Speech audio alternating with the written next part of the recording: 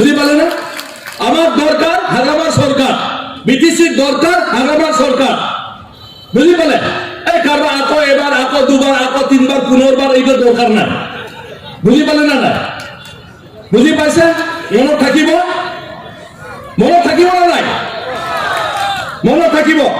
গতিকে ৰাইজৰ দৰকাৰ হাগামাৰ চৰকাৰ, এইটো এটা বুঝতে পারে। রাইজর দরকার বিপিএফ সরকার, রাইজর দরকার হাগামার সরকার।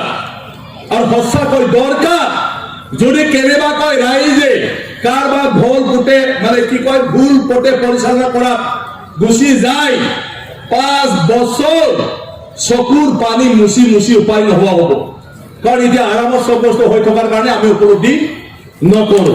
গতিকে সেইবিলাক কথা আজি UPPL আমি অনুৰোধ কৰিছো যে তেওঁলোকে ৰাজনীতি কৰক, বিটিচিৰ কাৰণে কি কৰিব খুজিছে সেইটো দাঙি ধৰক। সদায় কি বিপিএফক যাহা তাহা গালি দি থাকি ইলেকশ্যন খেলি নেকি? গালি দিবলৈতো একোৱেই নাই। মই কৈছোৱে UPPL কৈছে 15 বছৰত বিপিএফ একো কৰা নাই।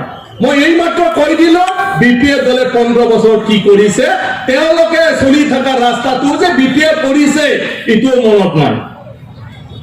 হাগামা ডাঙৰীয়া কয় একো কৰা নাই। প্ৰথম বিটিচি চুক্তি হয় 2003 চনৰ পিছত,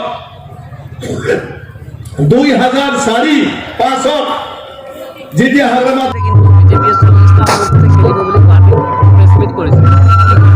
নাই নাই, তাত আমাৰ একো ক'বলগীয়া নাই। আমাৰ এলায়েন্স আছে, এলায়েন্স হিচাপে আমি এতিয়া নিৰ্বাচনটোত আমি আমাৰ বন্ধুত্বৰ মাজতে আমাৰ নিৰ্বাচনটো চলিব। তেওঁলোকৰ মতে ষ্ট্ৰেটেজি ল'ব, বিপিএফ মতে ষ্ট্ৰেটেজি ল'ব, আৰু মাজে সময় দৰকাৰ হ'লে দুইটা দলে আমি ষ্ট্ৰেটেজি লৈ ফালে মানে আগবাঢ়ি গৈ থাকিম। গতিকে তাত আমাৰ একো প্ৰব্লেম নাই, আপোনালোকে চিন্তা কৰিবই নালাগে।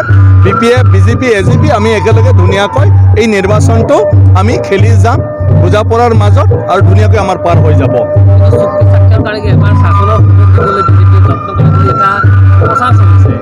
নাই স্বাক্ষৰকাৰী নিখিল বড়ো ছাত্ৰ সন্থা, আপুনি কেনেকৈ মানে নিখিল বড়ো ছাত্ৰ সন্থাক ৰাজনীতিত বহাব পাৰে? তেনেকৈতো কেতিয়াও নোৱাৰে। তো সেইটো যদি কোনোবা ক্ষমতাশালী ৰাজনৈতিক দল তেনেকুৱা আছে, তেওঁলোকে সাংবিধানিকভাৱে আইনগতভাৱে কৰাই আনি দিলে তাততো ক'বলগীয়া একো নাই। গতিকে তেওঁলোকে দিয়ক, তেওঁলোকে নিৰ্বাচন খেলিব নালাগে। যিবিলাকে কৈছে তেওঁলোকে নিৰ্বাচন খেলিব নালাগে। গতিকে আপচুৰ কেণ্ডিডেটবিলাকক তাক উঠাই দিয়ক, উইদাউট কণ্টেষ্ট চবকে কনভিন্স কৰি পঠাই দি দিলে হৈ যাব। গতিকে সেইবিলাক এনে ক'ব লগাত মানে কোৱা কথা তেনেকুৱা কোনো কথা নাই। আৰু নিখিল বড়ো ছাত্ৰ সন্থা তেওঁলোকৰ চুক্তি ৰূপায়ণ হ'ব লাগে। গতিকে ৰূপায়ণ হ'ব লাগিলে সেইটো চৰকাৰ, ৰাজনৈতিক দলৰ নেতাবিলাকে এই চৰকাৰক আপোনাৰ গৈ ফালে প্ৰেছাৰ দি ফালে ইমপ্লিমেণ্ট কৰিব। গতিকে মই বিচাৰোঁ যে ছাত্ৰ সংগঠনে সদায় কোনো এটা ৰাজনীতিক দলৰ পলিয়া নহৈ ফালে গোটেই ৰাজনীতিক দলৰ লগতে সুসম্পৰ্ক ৰাখি ফালে তেওঁলোকৰ যিটো একৰ্ড ইমপ্লিমেণ্টেশ্যন, সেই একৰ্ড ইমপ্লিমেণ্টেশ্যনত যিকোনো পাৰ্টিৰ আপোনাৰ প্ৰতিনিধিৰ লগত সম্পৰ্ক ৰাখি ফালে সেইটোৰ দ্বাৰা মুখ্যমন্ত্ৰী প্ৰধানমন্ত্ৰীৰ ওচৰলৈ গৈ ফালে তেওঁলোকৰ সমস্যাটো ক'ব পৰা পথটো মুকলি কৰি ৰাখিব লাগে।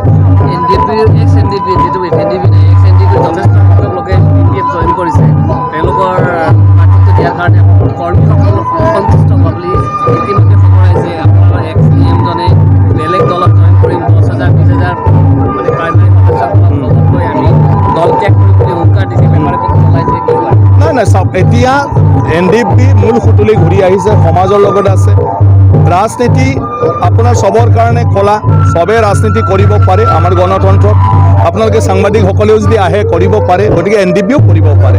সেই হিচাপে যিবিলাক ইচ্ছুক পাৰ্টিৰ লগত কথা পাতিছে, সেই হিচাপে পাৰ্টিয়ে ডিচিশ্যন লৈছে। সেই ডিচিশ্যন মতে ক'ৰবাত NDPৰ নেতাও টিকেট পাব, ক'ৰবাত NDPৰ নেতা বিচাৰিলেও টিকেট নাপাব। সেইটো পাৰ্টিয়ে আপোনাৰ বিচাৰ বিবেচনা কৰিব, আৰু পাৰ্টিৰ অহাৰ পিছত পাৰ্টি হিচাপে চবে চলিব লাগিব। গতিকে পাৰ্টিৰ বাহিৰৰ মানুহে কোনোবা কিবা এটা ক'লে সেইমতে পাৰ্টিয়ে মানে নচলে ডেফিনেটলি। গতিকে আমাৰ যিখিনি আছে PPF বা তেনেকুৱা ধৰণৰ আমাৰ লগত যিসকল যোগদান কৰিছে, আমাৰ ভাল বুজা পৰা আছে, তাত আমাৰ কোনো সমস্যা নাই। নহয় নহয় নহয় চাউৰাইগ্ৰাটো খাম্পাগড়াৰ নহয় তাত আপোনাৰ এটা গণ্ডগোল থাকে চিৰাং আৰু চিৰাং দুৱাৰ্ছ আমাৰ দুটা কনষ্টিটুৱেঞ্চি চিৰাঙত দিছে আমাৰ চাউৰাইগ্ৰা আৰু চিৰাং দুৱাৰ্ছত আছে আমাৰ কাম্পা বৰগয়াৰী গতিকে এইটো এটা সমষ্টি নহয় দুটা সমষ্টি না ডেফিনেটলি এইটো আমাৰ লাষ্ট মুহূৰ্তত আছে আপোনালোকে তাৰ খবৰ অহাকালিলৈকে পাই যাব যিটো মিত্ৰতা আপোনালোকৰ যিটো মিত্ৰতা এই মিত্ৰতা 40খন সমষ্টিতে তেওঁলোকে আচলতে প্ৰাৰ্থিত্ব ঘোষণা কৰিলে ৰঞ্জিত এই মিত্ৰতা কি বুলি আখ্যা দিব তাতো একো ক'বলগীয়া নাই মেট্ৰ' হিচাপে আমি লিখিলোঁ কিন্তু আমি কিছুমান চিটত য'ত আমি বিজেপি দিছোঁ এইটো চিটত আমাৰ পৰা কেণ্ডিডেট নাথাকিব ঠিক আছে আমি য'ত বিজেপিক এৰি দিছোঁ তাত BPF দলে প্ৰাৰ্থিত্ব নিদিয়ে তাৰ বাদে BPF দলৰ অন্য স্থানত তেওঁলোকে মানে কি কৰে ইয়াৰ ওপৰত কিবা যদি থাকে নিশ্চয়কৈ আমি তেওঁলোকৰ লগত কথা পাতিম যদি তেনেকুৱা কিবা থাকে অলৰেডি ছাৰ ঘোষণা কৰিলে ঘোষণা কৰাৰ পিছত কোনো ডাঙৰ কথা নহয় আমি পাৰ্টীয়ে ৰাজনৈতিক দলটোৱেতো ইমান মানে আপোনাৰ 12 ফুট চালে নহ'ব নহয় আমি চাব লাগিব 1000 ফুটলৈকে মানে দূৰত কি আছে এতিয়াতো চাৰিফালে গ'লেতো আপুনি লুতুৰিকাই পৰি যাব গতিকে ৰাজনীতি অকল আজিয়ে নহয় বহুত দিন গতিকে ৰঞ্জিত দাস ডাঙৰীয়া আজি তেওঁ পাৰ্টি হিচাপে কিবা এটা কৈছে নিশ্চয় কালি পৰহি কথা পতাৰ পিছত আৰু কিবা এটা হ'ব গতিকে সময় সাপেক্ষে ৰাজনীতিক দলৰ সিদ্ধান্ত কেতিয়াও ফাইনেল বুলি ধৰি ল'ব নালাগে ৰাজনীতিক দলৰ সিদ্ধান্ত ৰাজনীতিক দলৰ আদৰ্শ ঠিক নাথাকোঁতে আদৰ্শ ঠিক নাথাকাটোৱে ডিচিশ্যন ঠিক আছে